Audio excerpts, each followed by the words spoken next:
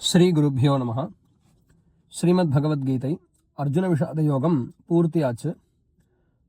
அர்ஜுன விஷாத யோகத்தினுடைய கடைசி பூர்த்தி வாக்கியம் ஓம் தத்சத் இதி ஸ்ரீமத் பகவத்கீதாசு உபனிஷத்சு பிரம்ம வித்யாயாம் யோகசாஸ்திரே ஸ்ரீகிருஷ்ணார்ஜுன சம்வாதே அர்ஜுன விஷாத யோகோ நாம பிரதமோத்யாயः.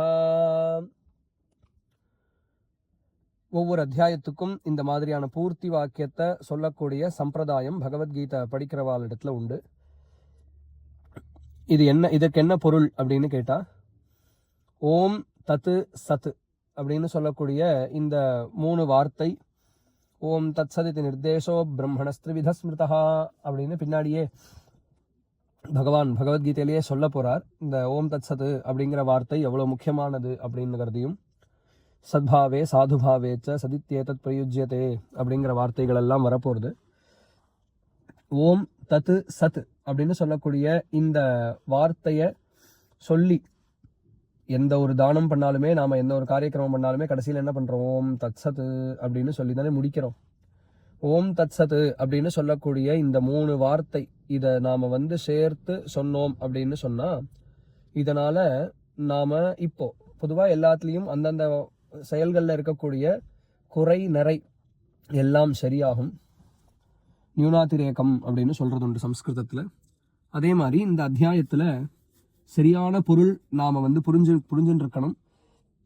ஒருவேளை நம்ம புரிஞ்சுன்றதுல ஏதாவது சொல் குற்றங்கள் அல்லது பொருள் குற்றங்கள் ஏதாவது இருந்ததுன்னா அதெல்லாம் பூரணத்தை அடையறதுக்காக இது சொல்றது. ஓம் தத் சத் அப்படிங்கிற வார்த்தையை இது ஸ்ரீமத் பகவத்கீதாசு, பகவத்கீதையில் உபனிஷத்சு. இந்த பகவத்கீதை அப்படிங்கிறது எப்படிப்பட்டது அப்படின்னு கேட்டால், உபனிஷத்துக்களில் சொல்லக்கூடிய விஷயத்தையே சொல்லக்கூடியது அப்படிங்கிறதுனால இதுவும் உபனிஷத் அப்படின்னு சொல்லப்படுறது.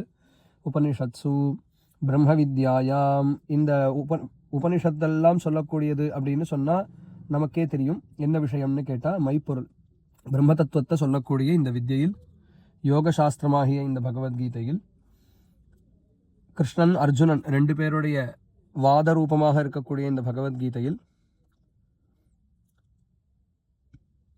அர்ஜுன விஷாத யோகம் என்கிற பெயருடைய இந்த முதல் அத்தியாயம் பூர்த்தி அடைந்தது அப்படிங்கிறது இதற்கு அர்த்தம்.